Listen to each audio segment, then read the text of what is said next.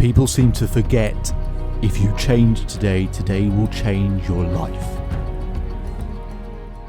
Hello, Michael. How are you doing? I'm doing great, David. It's nice to talk to you. Excellent. Well, thank you so much for being here. And just for, we were just talking beforehand, I think it's just appropriate to ask you, with all the stuff going on in the world and the pandemic, just checking in that you're okay, and how are you keeping yourself entertained at the moment? Well, I'm having, excuse me, Zoom meetings all the time. Tomorrow morning, I have a Zoom meeting with two great friends. Great. I'm also preparing for a virtual workshop with Ashland University on my book and my concepts. And so that kind of gives me some structure, and which is good. So I'm having Zoom meetings with my kids and things like that. So it tries to have some normalcy. The only thing that I'm really, really missing is tennis. You know, I'm a real avid tennis player, average player, and I just I'm having withdrawal symptoms on tennis. So I think next week the tennis courts are going to be opening, so I think I might be able to start playing next week. So great. Well, what are the symptoms? What are the main symptoms of tennis withdrawal? Well, it's I don't get the trash talk very much anymore. And also just a social interaction. I play with a bunch of retired guys, and we just have so much fun. And it's just, and I play early in the morning. It's such a good way to start the day. I play at 7 o'clock in the morning, for a couple hours with a bunch of guys. Then sometimes we'll go out for breakfast. So there's a social aspect to it and a fun aspect to it. And it's great cardio. It's great exercise. Yeah. So, perfect. Well, I'm glad to hear that you're doing well otherwise, and hopefully you'll get back on the court very soon as well. And so it's a real pleasure to have you, Michael. And for the people listening, just so they can get a good idea for people who might not be aware of your work, are you happy to just tell us a little bit more about yourself, Michael, and the work that you do?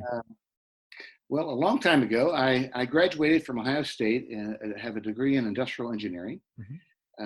I worked for almost 10 years in industry, learning my craft, and then I got into engineering management.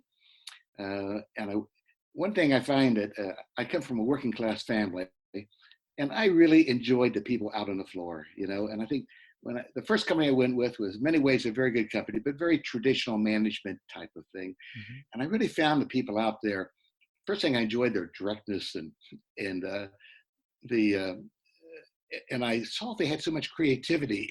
And early on in my career, I said, these people have such creative hobbies. If we could help them really see that in their job and giving opportunities to their job, how much better it would be for them, but mostly for the company, quite frankly, because I find they're very bright people. Just because they didn't have the level of education, they did have the education, but it wasn't formal education, So, and I really had a great affection for people out on the planet, because those are the people I grew up, they raised me, those are the type of people, that's the family I came from. So I did that for a number of years. I found out, I told people, I made a career decision by accident. Now, when I was in high school, if you were a good student, particularly if you're good in math and science, they said you should go into engineering. So I went into engineering, had no idea what it was all about. And then I found out I really liked it, and I was actually good at it, and it was such a joy. And I can't tell you that I don't think I've ever had a really bad day at work. I've had bad moments, but if you really love what you do, I found that was great. So after a while, about 10 years into it, I said, I'm ready to move on. And so I decided to go out of business for myself, working with companies. And the business evolved over the years. It started off with doing a lot of management development, training and development, because that was something I was interested in. And then I decided to go back to school. And I went back, got my master's in industrial engineering and business. It was kind of a dual master's. And then I went on to get my doctorate in adult education with organizational communications and business as my minors. And so really it kind of rounded me out. And I think it made a profound impact on my consulting business. So I went back and I integrated industrial engineering, process improvement, lean, with leadership and engagement. It all fit together for me, and my business grew, and it really worked into my primary sweet spot was closely held companies between 10 and $100 million, often owned by one or two people. And I found out that when someone asked me what my job was, the answer that came out to me was, I'm helping organizations deal with the problems of success. I love that. Okay, I like that. Yeah. Because what happened is in the early entrepreneur stage, a lot of flexibility, trying things out, experimentation, not too much on process and things like that. Very strong leader very often who I really admired, these entrepreneurs. But they hit a wall often because they were growing. They didn't know how to take it to the next level. And that's where I came in. Yeah. So I came in sometimes with industrial engineering, process analysis, but always got into executive team development because the strong controlling person didn't necessarily know how to build a leadership team. Mm-hmm. And so that really got me into the strategy issues in executive team development. And so most of my career, my biggest chunk of my career was doing that. I worked with bigger organizations and things like that, and I had a wide range of companies, but that was my sweet spot. Mm. And also I could speak directly to the CEO, because very often they don't have anyone telling them things, that they need to hear. Like one of the things when I first started talking to a potential client, I never tried to close the deal very fast because I wanted to make sure that it was a good fit. Mm-hmm. So the one question would help me to figure out whether or not we're going to go on. So I'd say, David, so if we start working together, and I'll be starting off with an assessment, and I kind of went through my process. So what happens if I find out that you're a big part of the problem? How do you want me to deal with it? And if they're a real thin skin, yeah. The meeting would end, But it always happens. They're always part of the problem. And I don't mean they're to blame, but they're just... Well, they're the chokehold of any business, aren't they? Right. And I find out that I needed to know. So we used to have we used to work up this way that we're going to deal. Like if I'm in a room with them and they're people, and sometimes I'd have a signal to them that they're going off track. So like this one guy, his president, his name was Randy, I loved him. Pure entrepreneur. And so if I called him Randolph, he knew that he just blew it, And it's like being told off by your mum when they say your full name. Right. Well, that's right. Michael John. Michael. Yeah, exactly. Right. And so and I really enjoyed that relationship with them. And I found that most of them enjoyed it with me. Mm-hmm. And actually all of them did, or they wouldn't have hired me, Yeah. And because I think they knew I was in the best interest. And the other part was they were not my clients. The business was my clients. They were part of the business. Good. Yeah. And I think coaching is good, where people work with individuals for coaching, and I'm all for that. But I never considered myself that coach. It might be a part of it, but my job was to look out for the best interest of the company and let them know that sort of thing. And so I had a lot of energy around that and a lot of fun around that sort of thing. So that was my big chunk of my work. I love that. And you gave a few examples of the sorts of things that I talk about with people in terms of how do you, for me, always it's a two-step process. It's you firstly got to break someone's pattern. Once you break that pattern, then they take better action. And without, you got to break their pattern first. And I like the Randolph thing as well, because I can imagine that would have instantly jolted them out of their patterns. Go, oh yeah, well, hang on, I've got to switch on again. And so I really like that. And so you made it at that point between you're working in the interest of the business ahead of the client, and as the client of the individual, and right. As it should be. Now, there must be examples or situations where you thought, because sometimes it might have been I don't want to say a moral or ethical thing, but where you look at an individual and you want to provide them something of value, and it might not be mutually exclusive to the benefit of the company, but you look at it and go, I really have to put the business interest first, even though I really I like this individual and I want them to succeed, but this might have to come first, and this might compromise them in some way. I mean, did you have situations, not necessarily that was happening, but you felt that?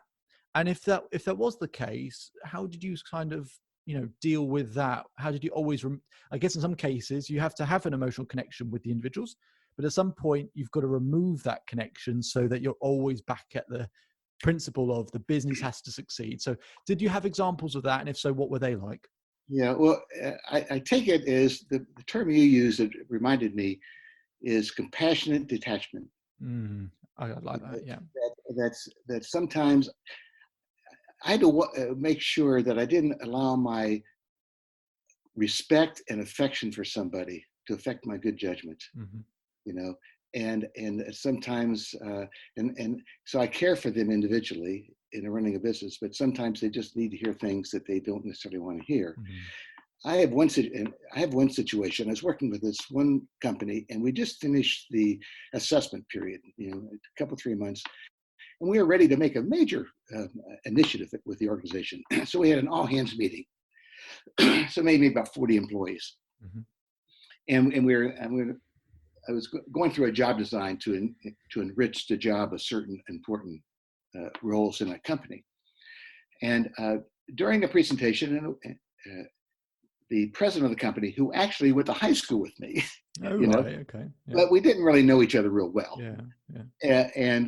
And so he made a comment, because we're setting up a pilot project. He made a comment about one of the women in the group who was a key person in this pilot project that was highly inappropriate.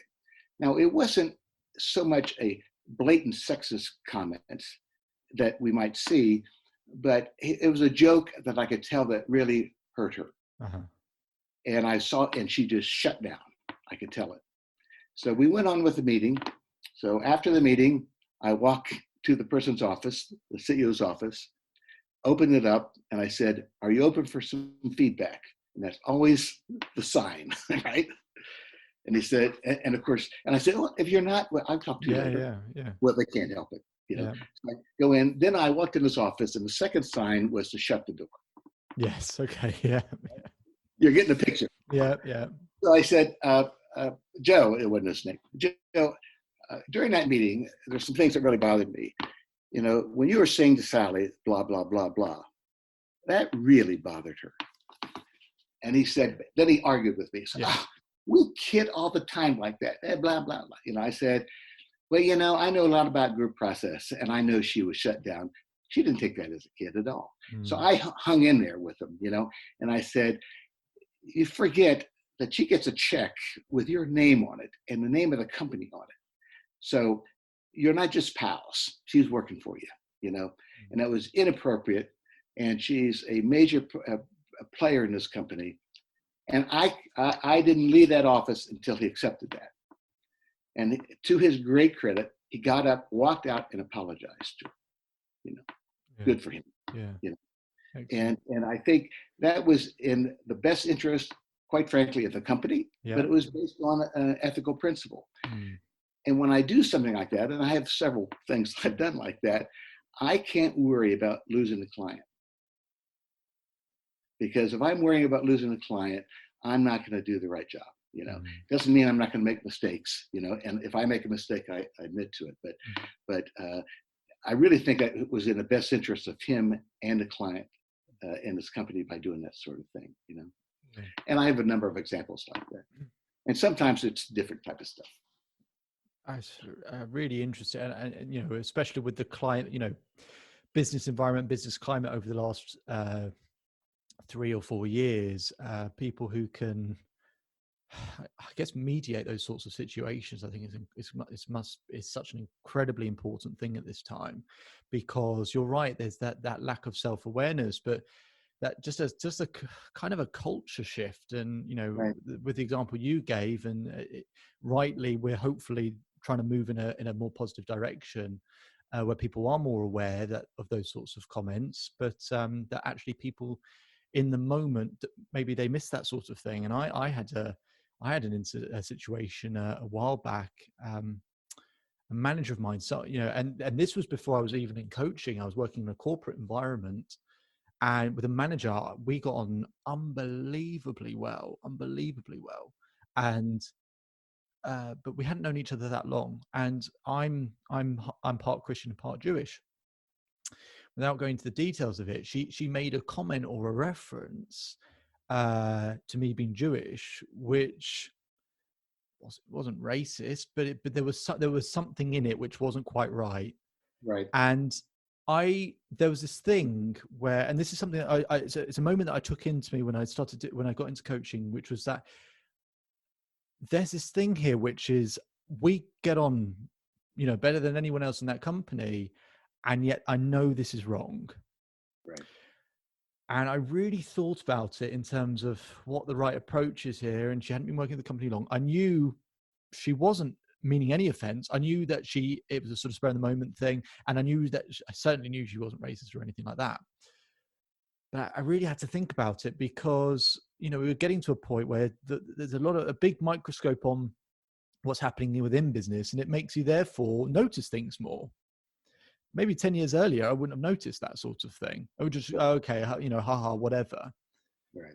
I was lucky enough that the next morning, I saw in my inbox, she sent me an essay of an email saying that she'd caught herself, and she hadn't been able to sleep, and she realized that as sort of, it was a really nothing comment, but not appropriate either, a bit probably similar to what you're saying. Right. Is that she recognized it, and that was enough for me. And for people to have that level of self-awareness, I think it's incredibly important.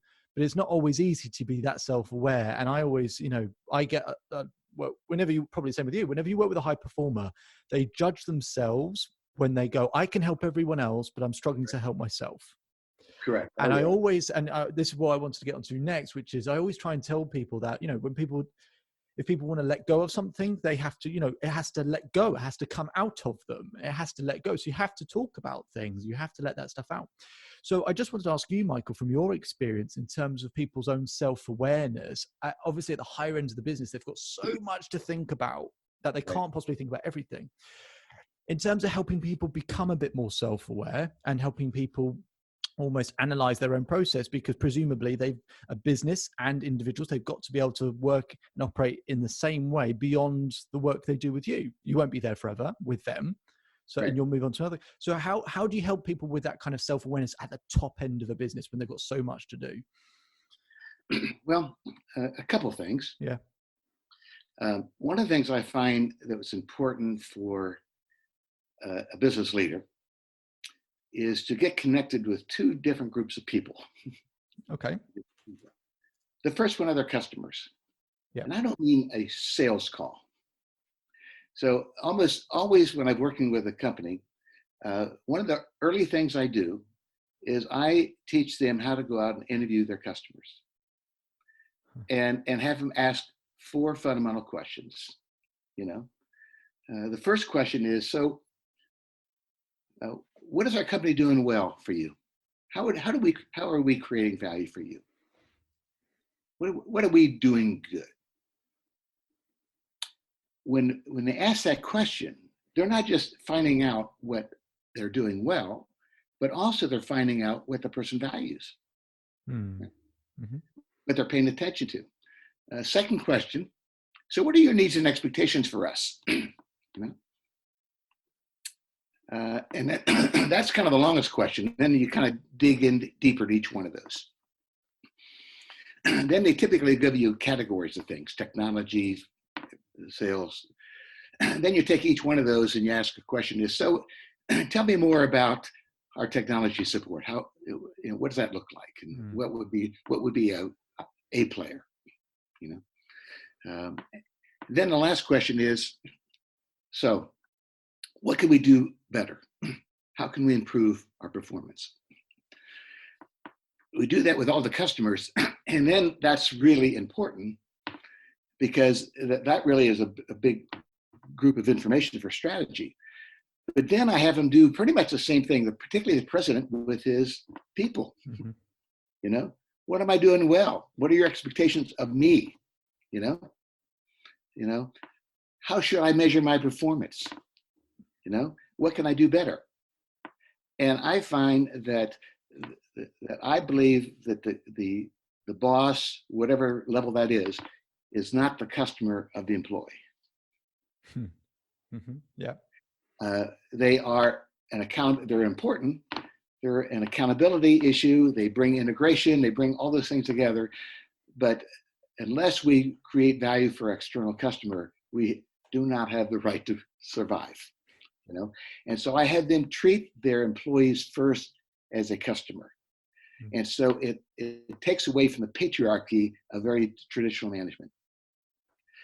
And then I want them to keep in touch with them, because they need to let their employees, their team members, feel it is okay, and encourage them to give them feedback, honest feedback. And I find very often, especially as the organization grows, that middle management group sometimes filters out information to the top. Absolutely right. And I had this one client I worked with a number of years. Matter of fact, he did something that was great to make sure that he was self-aware. Once a week, he would go, it was a construction company, he would go to a crew and bring them lunch. And he said, the price of lunch is, I want you to give me an idea what I can do better to run this company. And he did that with the crews. Then he did it with the teams inside. He's a good friend. I admire him so much. Matter of fact, I even quoted him in my book, and that sort of thing. One other example. I was working with a big distribution company, and I came in to do problem-solving training. So I had my industrial engineering hat on. And we set up teams to work on specific projects. So when I do it in context, I don't just give a general thing. So I worked with them over about 3 months, these teams. And I would meet with the general manager, who's a great guy. And I remember early on, he said, Michael, I have an open door policy, but people just never come up to talk to me, And I said, Fred, have you ever walked up to your office? Second floor, a long aisle, you open their office door, big mahogany desk. That would take an awful lot for these people to do that.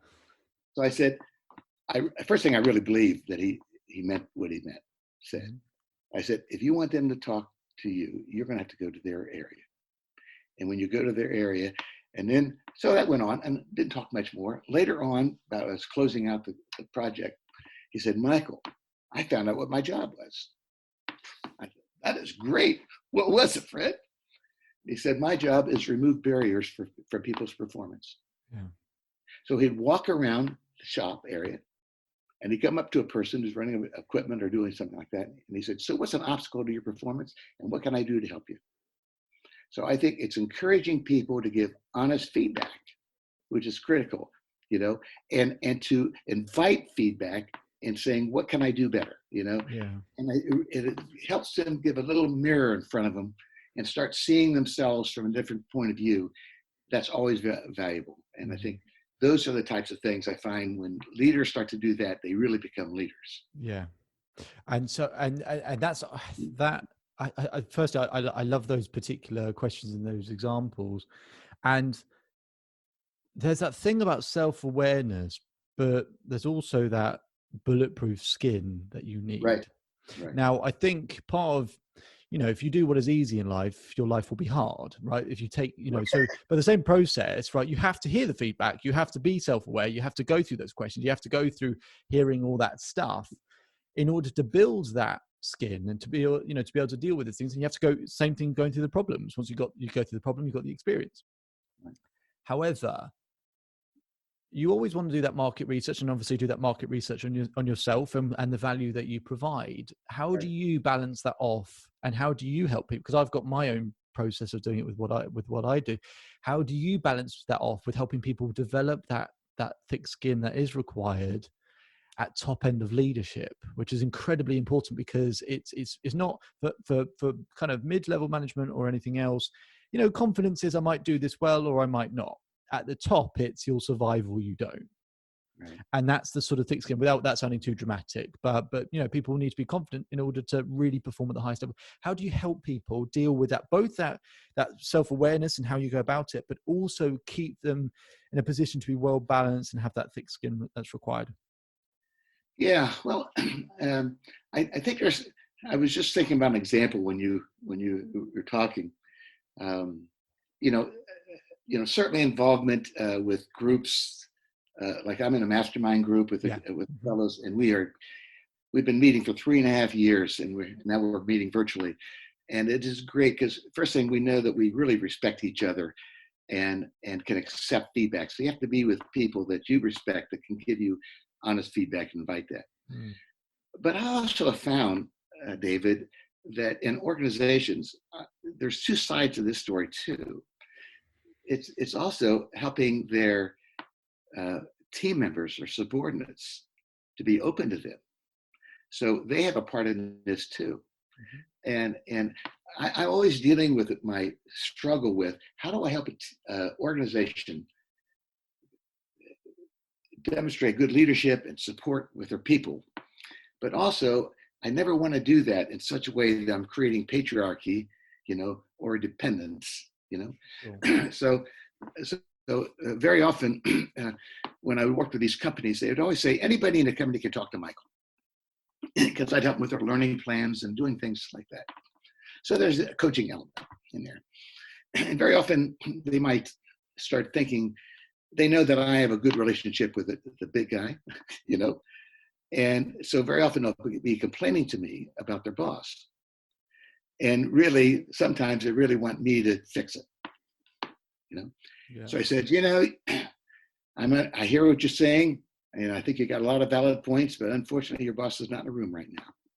Mm-hmm. So I can't fix your boss, but I can help you work with your boss.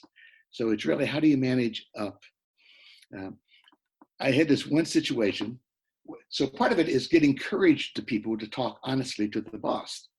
That's one part of it, And so if I always put a sign on the board, if I hear too much complaining, I said, no global whining, you have to claim the power that you have. One of my biggest challenges working with the boss, he was a cardiologist in a hospital. Mm-hmm. And they're starting off this new health center, and I was able to help in startup, which was fantastic, right?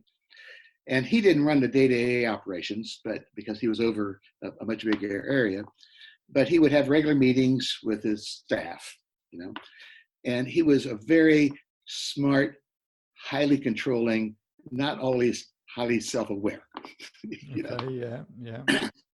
And so I realized, so he would have me sit in on these meetings, even if I wasn't facilitating, mm-hmm. to protect him from himself. Okay, right, yeah. So I remember this one time, he had like 6, 7 people in the room, and we were working on a project, and a really important project, and they'd work through things. Well, in the middle of the night, this guy woke up, came up with a different idea. He was very creative. Came into the meeting with a PowerPoint that completely was a whole different approach to this project, And he said, and I could look at the team and who put so much energy into this, and they were down, and he was oblivious to it. He was oblivious to how they were reacting to him. He thought that he had the greatest idea. So at the end of his presentation, he said, so what do you think of this? He got this, that's a pretty good idea, Mike, and, just whining type of stuff. So anyway, so that's when I had to come in. So I said, I'm hearing a lot of yes in this room, but I'm not feeling much yes. So what's going on here? That's a good way of putting it, yeah. And quiet for a while. And of course, you never break the silence. Mm-hmm. Right? Yeah, sure. You never break the silence. So one person who was actually a doc, but not quite the same level as the big guy, he said, well, Mike, we've been working on this for a while, and you came in, and I know you put a lot of work with it, but you kind of took the wind out of our sails. So he had courage, Mm. And then finally another person said, yeah, this, and everyone, this got everyone started. Mike took that well, he was completely unaware. So partly I have to also help people to have courage So I've got to work with both ends, Yeah. and that's why I put a lot. The book I wrote to the job holder, not to the boss. Yeah. Yeah. And I don't mean it's for frontline people, Mm-hmm. because the boss is also a job holder, Mm. and so they just have different reporting relationships. So my ideal situation is to teach the tools as high as level as I can, Mm-hmm. but they have to want it. I never force it. Yes, absolutely. You do have to want it. Yeah. Matter of fact, sometimes when I teach these tools of self-management, the one rule I say is never require anyone to use them. Now you can require performance. You certainly should. But if you require them to do what Michael says you should be doing, then that is opposed to self-management. Yeah. So give me the people who want it, not the people who need it. I really like that.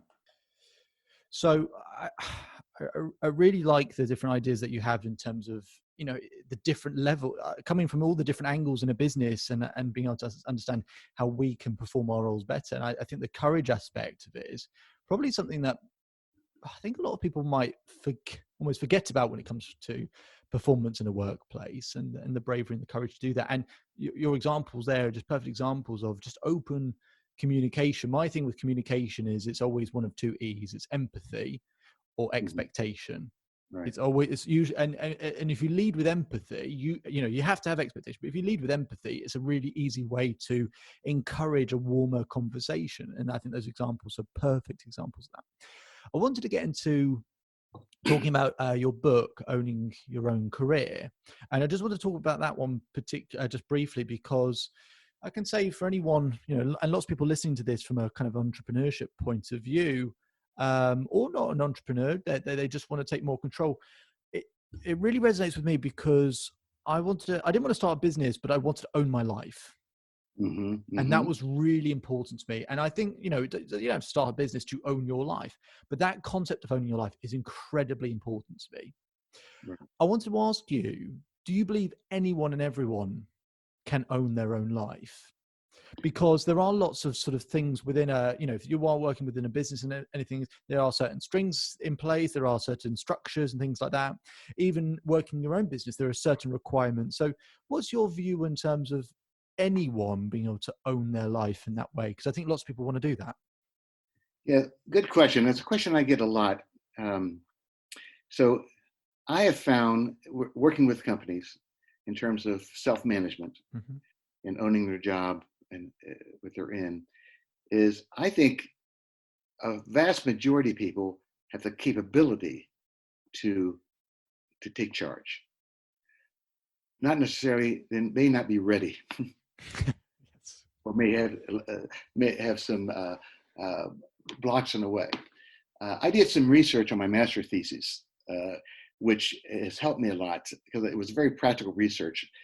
It was a long time ago. I had a course, it was kind of a precursor to my book. Mm-hmm. And I was teaching people how to set goals and manage their time in the workplace. And I would do this course. It was like a 5-week course, 2 hours a week, and show them tools. I'm very tool oriented, how to do it. And some people would come out of that workshop or that series of sessions. This is the greatest thing since sliced bread. This is changing my life, well, that sort of thing, which is great for the person here, right? Mm-hmm. Then some people came out completely frustrated. Yeah. And so I was saying, so my first course, one of the first semester I took in my master's program, I was looking at job design and things like that. And a lot of times people get this down to individual characteristics. I said, And I looked at people who were having problems with it versus the people who weren't. And I said, it looks like their job is different. So I did some research, and I won't go into detail on it, but I did get my thesis approved. Mm-hmm. And I identified a number of job characteristics based on some previous research. I didn't develop these, that correlated with people's ability to self-manage. Okay. Now, one of them is, there's 3 major ones. Mm-hmm. One is task significance. Basically is what I do really counts. There's something in here. I'm creating value for somebody, mm-hmm. Either in or outside the organization. If that's high, that's a good sign. The second thing is autonomy. Autonomy is not so much you always have autonomy of the goals, but you have autonomy in how you do your work. How, yeah. How you do your work. And it turned out that relatively high autonomy is good, but not necessarily absolute autonomy. Then the third thing was feedback. And I'm not talking about personal feedback, feedback that the job itself gives you. Yes, okay, yeah. And so, for example, a craftsman gets automatic feedback because they see when it's going well and not going well. I have a friend who's an artist. You know, he's a wonderful artist. He doesn't need someone giving him a performance appraisal, you know, on how well he did. He knows it when he makes a mistake and when he does something well. When those three things mesh, where task significance is high and feedback and autonomy is moderately high, because you can have too much of both, then I found out that highly correlated the job itself with ability to do that. So when I go into an organization, I'll run this, you know. Now I only give people individual feedback on that one, but I kind of coach them on whether or not that's maybe a good thing for them. And it doesn't mean I won't work with them, but it'll be a different set of tools, you know, maybe a more short-term goal setting as opposed to long-term goal setting, you know. But there's an individual characteristic that came out also was internal growth need. And what that is how much growth that they want out of their job. If a person has a lower growth need on their job, it does not mean they're not motivated. There might be other things, family issues, might be going to school or things like that. Doesn't mean they're not a good worker, but it just means they don't, doesn't keep them up at night, right? Yeah. And so when those three things are high, that's the sweet spot, you know? And so I typically will run that. And if they're low, I might work with management and saying, is this really what you want out of this job? You know? And sometimes we'll go into a job design process before we go into this. How can we increase the autonomy of this job and still meet the needs of the company? You know? And I just, one of your blogs, I remember reading one of your blogs which said, titled, "Don't wait for the promotion, create your ideal job." Right. And so I assume you're sort of touching on that a little bit now in terms of, I think there's always that thing, which is, you know, if anyone's ever stuck in their life, it's two parts. It's either life doesn't match the blueprint of how they think it should be, right, or they feel like they don't have the control to change it. Correct. And so I always think with those two things is either we show how you've got some control, or we just swap out the old plan for a new plan, which is so much better. We go screw the old plan.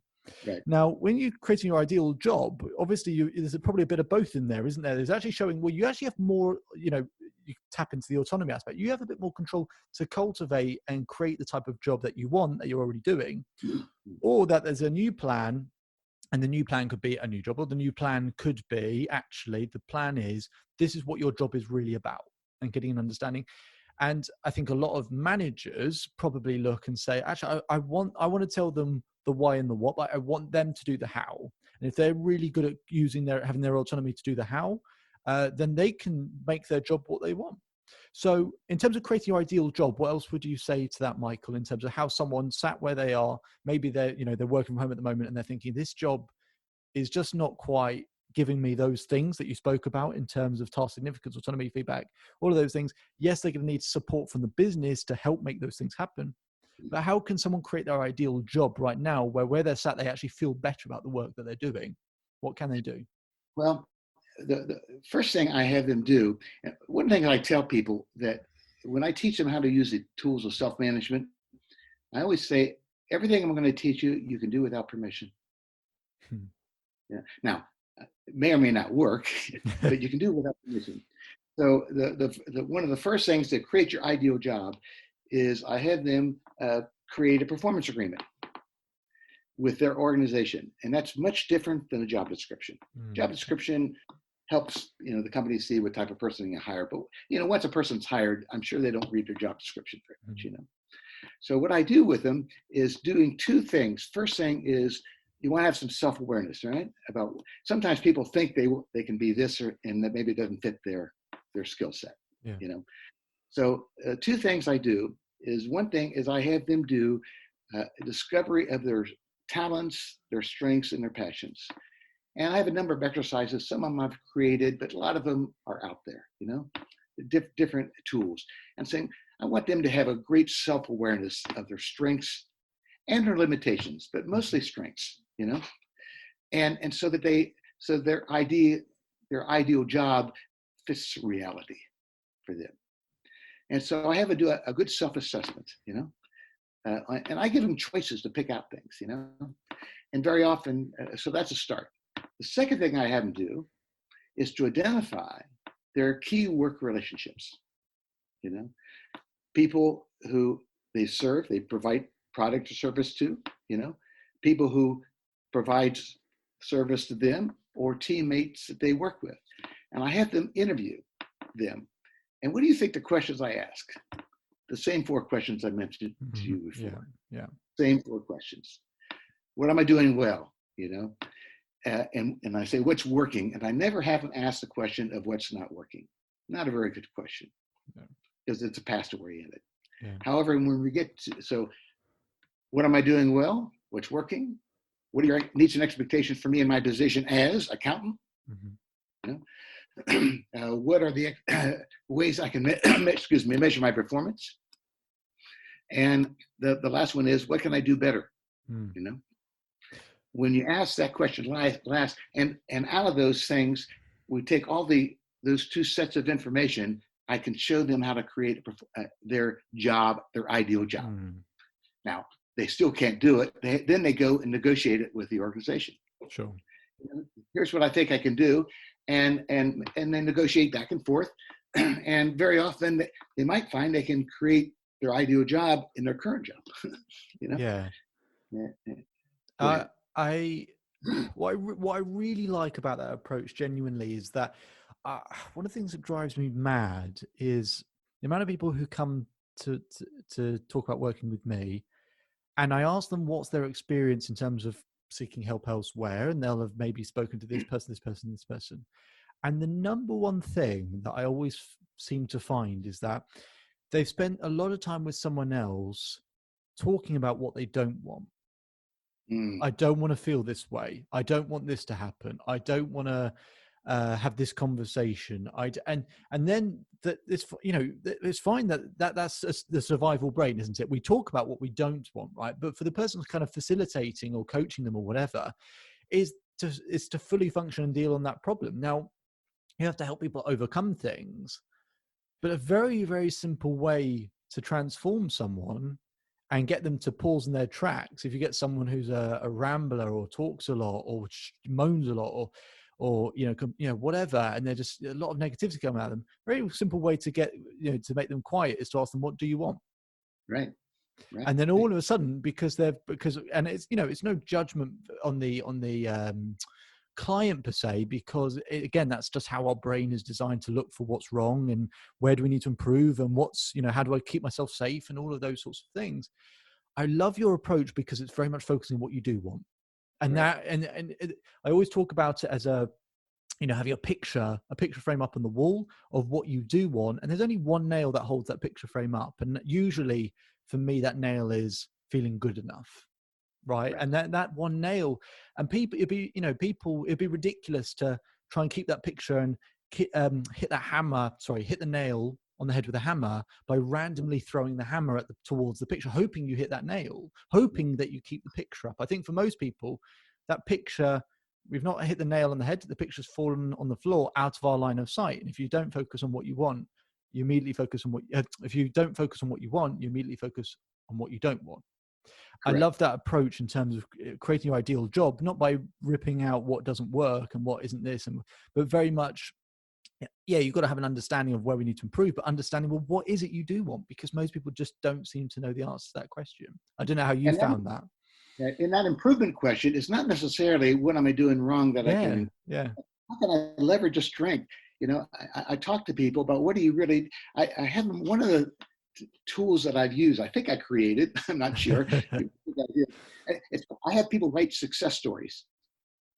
Tell me about a situation that you were you were very successful in. And it doesn't have to be work anytime in your life. And then I had them do that and just keep writing, and write them in third person and just have there. And then take a look at it and say, so what are some of the common themes you're seeing coming out of this, Yeah. And every time I was successful, I had great organizational skills, or I had, interpersonal skills or technical skills, and it's all good. And I find that overcoming weaknesses is a big waste of time most of the time. Mm. Now, and I don't even like to use the word weakness because it has a certain moral content, Yeah. So I use the word limitations. What are my limitations? Like after you and I talk, a friend of mine, I'm doing a virtual workshop, and I need to learn a lot about technology. We've been doing videos and things like that. He's a whiz at that, and he can walk me through it. It would take me 10 years to do what he's helped me to do in a few days. Right. Yeah. And knowing that I can be that to somebody else and they to me is one of the great gifts of real true friendship in terms of doing that, because he's doing it just because he cares what I'm doing, and I would do anything for him too. Yeah. And I think identifying limitations, but not trying to overcome things that you can't, Yeah. I'll never be, I love tennis, but you'll never see me at Wimbledon. Okay. Even in my best days, no, you will see me there. I did go to Wimbledon once as to watch it. You'll see me there as a fan, but never as a player. No amount of time is going to make that change, Yeah. And it's, I totally agree. And there's no point, you have to, when it comes to things like fear and everything and doubt and everything, you can't, it's like nature. You can't fight nature, right? Nature just wins. It does win. And with those things, you have to work with those things. But once you become friendly with it, and I always, the limbic, which is where you have your sort of what might be referred to as your irrational thought process. I always get people to kind of identify that as a almost a separate object in terms of, if they can associate it with what their favorite toy was when they were younger, or anything along those lines that allows them to kind of not see it as non-threatening and something to work with.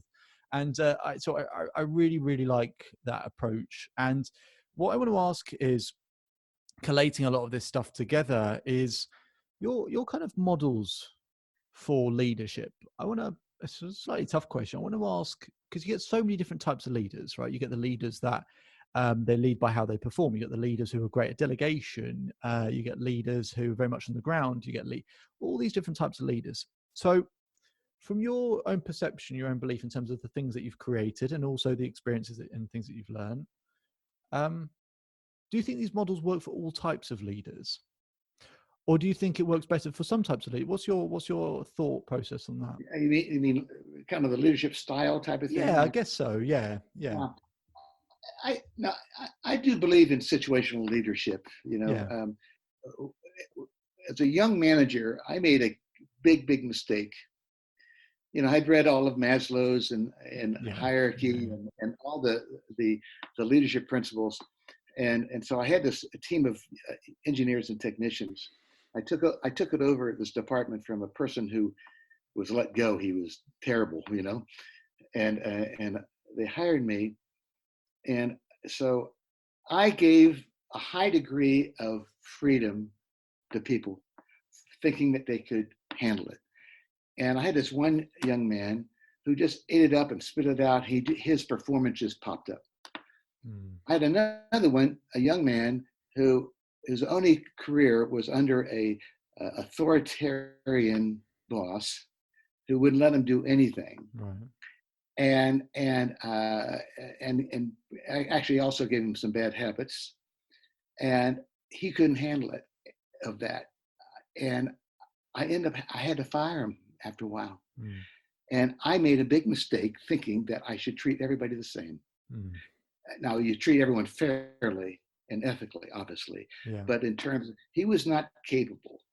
Now, the best thing I did with him about a few weeks before we let him go, and I had this face-to-face meeting, and I said, Pete,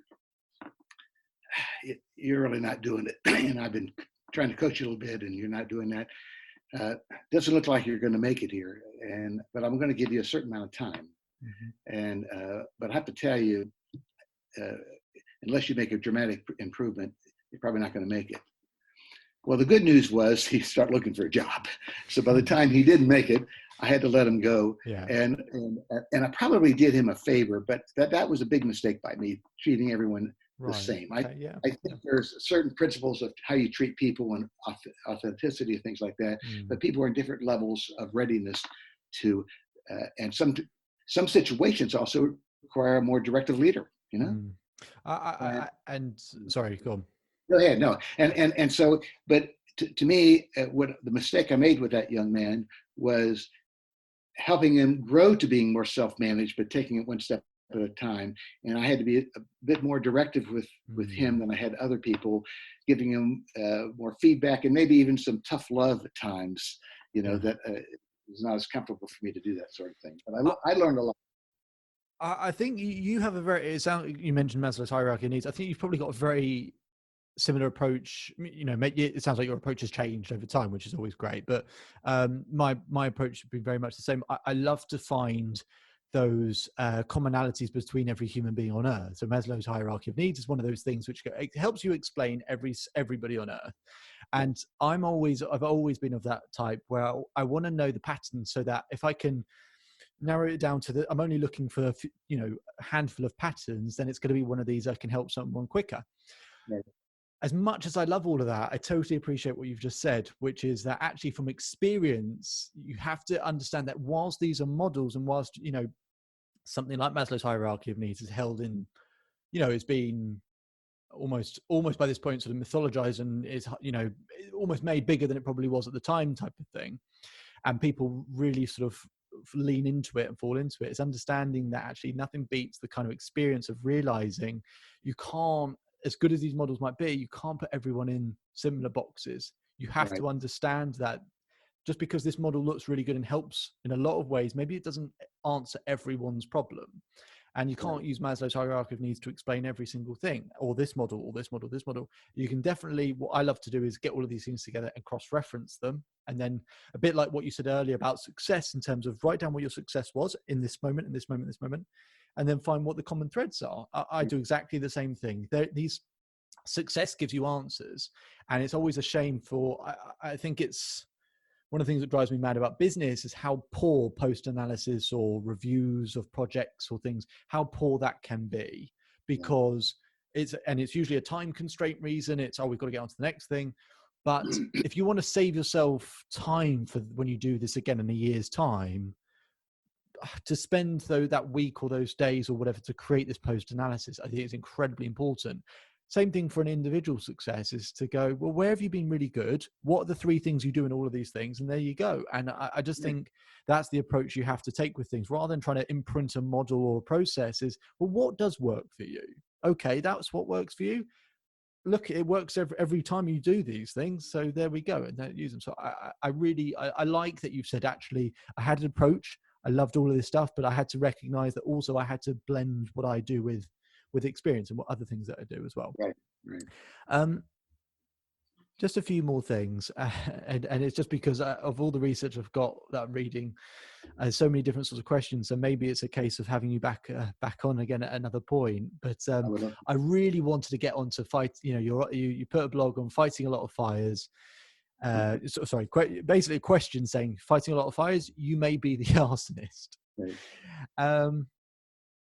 And I guess really to ask you, what are some of the things that people may do that, create or even magnify a crisis? Yeah, interesting. The first article I wrote on that years ago, a business paper asked me to write one on conflict crisis management. Mm-hmm. I don't know why, and I said I'd rather talk about crisis prevention. Mm-hmm. And the premise is that we create most of our own crises. My crisis today is often the result of a bad decision I made before. Yeah. Okay. Yeah. And so one of the things is sometimes we make unrealistic expectations, commitments, So if everything goes perfectly, then this is the way it's going to be. And so when we do that, either by pressure from the boss or pressure from a customer, and we kind of give into that sort of thing, we're setting up, we're putting kindling down there for the fire to start, right? So that's one thing. And the one story I tell, I had this one engineer working for me who was a very good golfer. He's an OSU golf team. I maybe was at best a bogey golfer. And we were playing one day a round of golf, and I hit this ball, and it was a little bit on the right side of the fairways, dog leg right. And I pick up my club, and he looked at me and he said, "What are you doing, Michael?" I said, "Well, if I just hit that ball underneath those limbs and it fades a little bit over the water, I can hit the green." He said, "I'm a pretty good golfer. I would never try that shot. You're probably going to hit in the woods or in the water. You're going to get a 7 or 8, Mm-hmm. Just take your wedge and hit it out there, take a stroke, So partly is making unrealistic expectations, and basically they're on best case scenarios, so that's one way that we create our fire. The other one is a lack of communication. It's a crisis because of the time.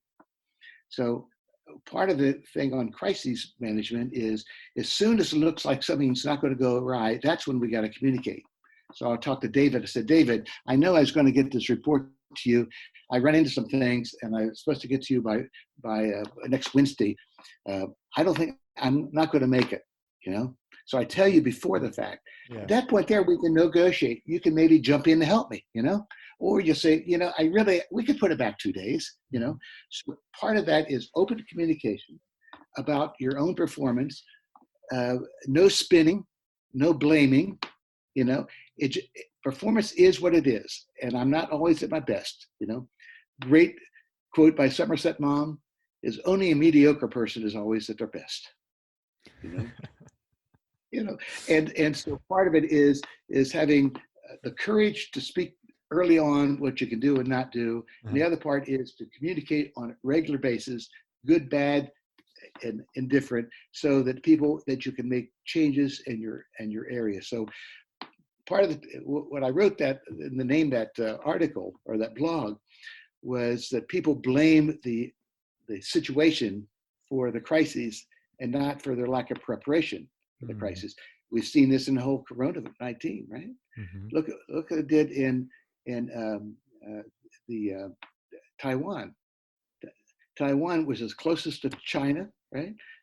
And what they did was they were prepared ahead of time with they had a plan together for a pandemic and had all the materials and things like that. And they've had, I think, like 500 deaths. We've had 100,000 in America. Yeah. And so I listened to that. It was on TV the other day. I listened to that. They didn't predict that the pandemic was going to happen, but they said, we better be ready for it when it does. Mm. And they were. And the crisis was not so much the pandemic, it was a lack of preparation for it. Yeah, I like that. And I think that use that as a kind of an analogy for people as well. I just even one of my clients this morning saying to them that, they're dealing with grief in a particular thing, and they're sort of kind of down the road with it where it's, it sort of will be okay, then it crops up and it'll be okay, it crops up with it. And saying to them that rather than sort of judging yourself or trying to, deal with it when it comes, is, using the emotional part of your brain, or the logical part of your brain, logically it's this, but your emotional brain's going to take over. So that's just the reality, and we can't fight it. So actually, rather than hoping that these things don't show up, is being prepared that you are going to have the moment in a few weeks' time, in a month or whatever. You're going to have that moment. And how do we prepare for it? Prepare for it that it's going to still be difficult, it's still going to be hard, but create a level of certainty that actually this is how I'm going to best deal with it ahead of time. Now, does it mean that you're then painless? No way, shape or form. But just building confidence that you're going to have ways to cope in the future gives you confidence in the present, I think. And I think the Taiwan example is a perfect example, actually, of just being prepared for the crises. And I can certainly see that for businesses and individuals, is really being, preparation is key. And I think, I was a footballer, and I always remember one of my coaches saying, fail to prepare to fail. Right. And that's always the case. So I totally agree with you. I just want to move on to a slight tangent, which is to talk about, I know you're a member of the Ashland Center of Nonviolence, and the work, having looked through the work is really interesting. And I kind of wanted to talk to you in terms of why do you, I've got my own answer to this question, my own opinion on this question. I just want to hear what yours is, which is, why do you think violence remains the means of expression for some people? And I've got my own thoughts on that, but I'm just curious as to why you got involved and what your answer to that is. Kate. Yeah, I think there's probably people who can better answer that question than me, but I think when people feel helpless, and sometimes people don't have the ability to communicate, speak, they take violence. I've heard that before, where that when a person has the inability to even have good verbal skills and things like that, it has to come out in some way, and it might come out in violence or a sense of hopelessness. The organization I'm working with, and I'm also a member of, it started up as a kind of a protest to the Iraqi war, and typical protest, and then. And they were professors, community members at Ashland, which is a small city in Ohio, where the college is. And so I got to know them through some work. I was doing gratis work with a dental clinic in Ashland. And the wife was the president of that, and her husband, they were both professors. And he was started up leading the after this protest against the Iraqi war. They said, well, what are we going to do about this? And so they decided, they formed this organization, and it grew into much more than an anti-war thing. It dealt with violence in the schools and bullying, mediation in families and things like that. And they would bring in major speakers and things like that. And so I think what I've learned from them, matter of fact, I'm working with them now virtually on a strategy for the next few years, is realizing, what is their role and what is nonviolence, and it is really much broader than just not physically beating up people, things like that. Well, and so if I asked you the question to sort of, I guess, put you on the spot a little bit, if I was to ask you, what is nonviolence, where we went from a point of view that if people can broaden their horizon in terms of what people are, when people mention nonviolence, I think you're absolutely right. Most people think it's just, okay, well, just don't be violent. If we try to kind of help people broaden what that can actually look like, not in terms of this is what people should do necessarily, because I'm sure it's a very complicated situation, but when you think of nonviolence and broadening that out in terms of what the possibilities could be, what does that look like to you, Michael? Yeah, well, part of it is maybe. Actually, I had a conversation with a whole group of people this past week, Zoom, educational piece, and they really got into this conversation very much, because these are people who were really focused on nonviolence, but also the different faces of nonviolence. There's peace, social justice, dignity of people. These are the kind of the positive qualities that drive out violence. And so I'm not even sure if the word nonviolence is always the best one, but it's a start. And so what can we do? To me, it's what can we do to create a better world? And the world starts in my family, in my relationships, in my community. And of course, it spreads out from there. And the Gandhi quote is, to be the change that you want to see in the world. And what I admire about this organization, because I started working with them, I was invited to work with them, and I've done strategic planning for them and helping them with things, was so they're into helping people with conflict resolution and mediation and building healthy communities and things like that. To me, what we found in our discussion last week was people had different views of that, but they all kind of molded together, into some overall principles of human dignity and fairness and justice, And I know those are fairly broad words, but no, but they're more specific than nonviolence, and I sort of agree with you in terms of nonviolence can almost it's sort of just, it's kind of the opposite, and it doesn't really explain, it doesn't really provide that much, does it, non-violence? And so no, I think when you talk about dignity and justice and the various forms of non-violence, I think that's really good to hear, because people can sort of nod along and go, yeah, that, you're right, there's it's sort of bit more of the why when we do that. Okay, well, why be non-violent, and actually which of those categories does a particular situation or incident or whatever fit into? So I think that certainly helps people almost break it down in their minds for them a little bit. It's interesting. The first time I worked with him on strategy about 5 or 6 years ago, one of the initiatives that came out was to have peace scholars, an internship for students, which I like that word. And so so now there's a group of students in this university that are peace scholars, and doing things to really promote peace, and I really like that term. It's much better than nonviolence scholars, and they're doing some wonderful things, and they're teaching these young people, letting them be involved with things, and really understanding the broader view of peace and social justice. And I really admire it, and I love working with them, just because it's great work with people who are doing things that's going to better the world. Absolutely. And so thank you for sharing, and firstly, thank you for being a part of that work, and obviously it's a very noble cause as well. So thank you for sharing the insights of that. And before we sort of think about wrapping up, and I really want people to be aware of where they can get your book, and just some of the many things I've written down personally for myself to take away in terms of both self-management and understanding leadership has been really useful for me. So thank you for that, Michael.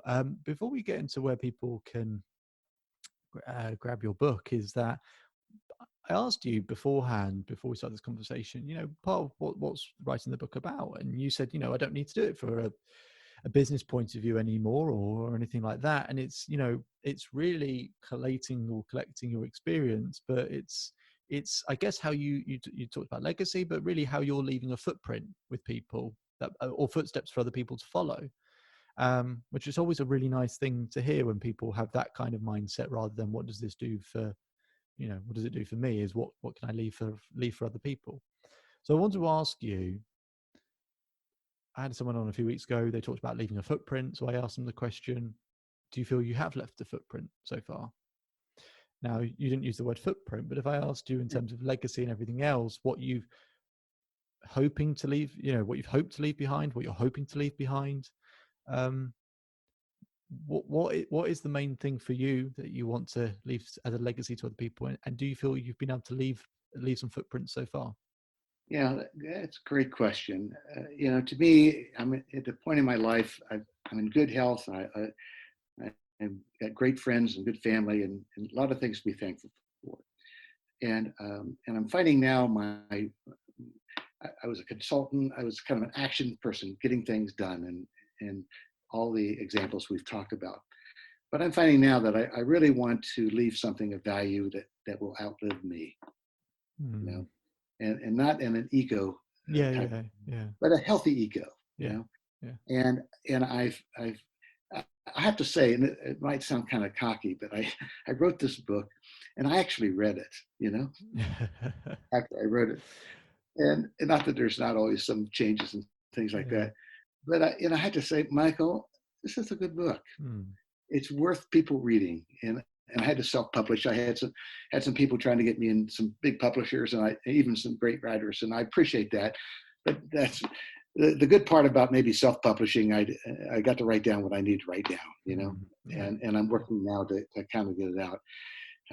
So I think the legacy is that it goes beyond. It doesn't even have to have my name attached to it. When people take ownership of it and even change the words and change the names of the tools, when my clients do that, I think that's great, because that means they own it. So I want people to have an impact on their life. And the last part of my career, my last 10 years of my regular career, I'm in my last chapter thing, is I was teaching at a college, a faculty for 10 years. and I taught MBA business students, both MBA and undergraduate students, and and that has been the most significant thing in my life. Right. I'm still in contact with my students. Mm-hmm. I talked to one yesterday, and it's great to see how well they're doing. And I had this one student, and it just came to me as I'm talking and asking.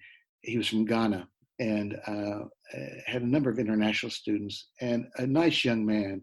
And his goal was to go back to Ghana after he got his MBA, and he wanted to start a clinic, a medical clinic. So he's going to go on and get his doctor, MD. But then I met him, and he said, I said, I'm going to be a nurse practitioner. I think that's all I need to do to get it going back there. And it was such great. But he brought me and two other people which call a shawl, and it had my name on it, and it's a Ghana robe or something like that they give to royalty. Wow. I'm just moved, it was such a gesture, and he did it to me and one other professor and one other person in the university. So he didn't give the whole anything. So it means it meant something with him. So when you see people, my children, my students doing good things, staying connected, that's as close as I can get to living a little bit of my legacy right now. And the other part is not being worried whether or not people ever remember your name. That's kind of ego, but to doing something that really counts. And I think that's the part that I want to have. I did something that might sound kind of morbid, but my friend who nonviolence group, he brought me in, husband and wife team. I love them both, and he passed away a few years ago, about 3 years ago, and he got buried by a natural burial. And I said, of course, that's what he's going to do, and so I decided to write out my passing plans, and we're not morbid at all, in terms of that. And I'm also doing something. I'm writing something now. Probably won't get published. It wasn't writing to publish. I'm writing stories to my grandchildren, because I realize they know me as grandpa and my children. And I'm writing stories, and every story is about somebody who has made an impact in my life. And I'm going to share it with them, and it'll never end. But I'm starting to type it up to give to my children to look at, and I read these stories, and I'm so moved by the wisdom and of these so many people I've met, and so they pay forward with me, and so it's my job to pay forward with them. So that's what I want to end my legacy to be, and hopefully some of it's coming through now. And when it comes to your, for example, the Ghanaian student that you mentioned, I'm not. I've only spoken to you for an hour, Michael, but I'm not surprised you received that sort of gesture, because I genuinely have felt a real warmth, but what the stuff you've shared is a real passion for what you do, a genuine passion for what you do, and providing value for people, which you've clearly done. So I want to say thank you very much for your time, Michael. For people who are really engaged and maybe beyond just hearing it and your words going into their head, but they can feel it a bit more in their heart, where can people find your book? Well, it's on Amazon. So if they hit Amazon and put Michael Colburn, and the title of the book is Own Your Job, 5 Tools for Self-Management in the Workplace. So if they just hit Amazon with that, they'll probably find that. And I checked it out myself, and I could actually find myself on there. Then the other one is I have a website, I think you've looked at, www. and Michael Colburn, small letters, MICHAEL COLBURN, PhD.com. And there's they can go information about the book. I have a number of blogs.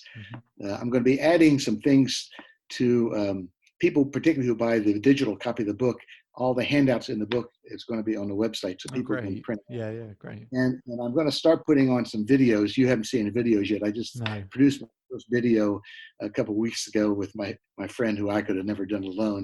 Hmm. And I put in maybe like 15-minute videos about various aspects of self-management. Maybe they just, Awesome. sometimes people just need to see it, and people we learn in different ways, right? Yeah, And absolutely. see that. So I want my website, and there's no special code to that. Anybody can look at it, I love to sell some books. A lot of my friends who I think are good, they sell their books, and they're good books. Like Gleb, I have his books Yeah. to build their business. I want to use my business to sell my books. Yeah. Yeah. I'm doing workshops because I think I don't want to go back to the Yeah. full-time consulting Yeah. business, but I want to help people with their part of the business, Yeah. and that gives me great pleasure. Yeah. So, and just on that, so how long, and just so I can get an idea in terms of how much is going into that book. So how many years have you been consulting or working with businesses and high performers and coaching Well, people? over How 30, many years are we talking about? Over 30. over 30, Okay. you So know. if you've enjoyed an hour's conversation with Michael, if you want 30 years worth of experience wrapped up into one, then definitely have a look at his book. But Michael, I just want to say thank you very, very much for your time, and hopefully get to speak to you again in the future. I would love that. This has been quite lovely, David. Great.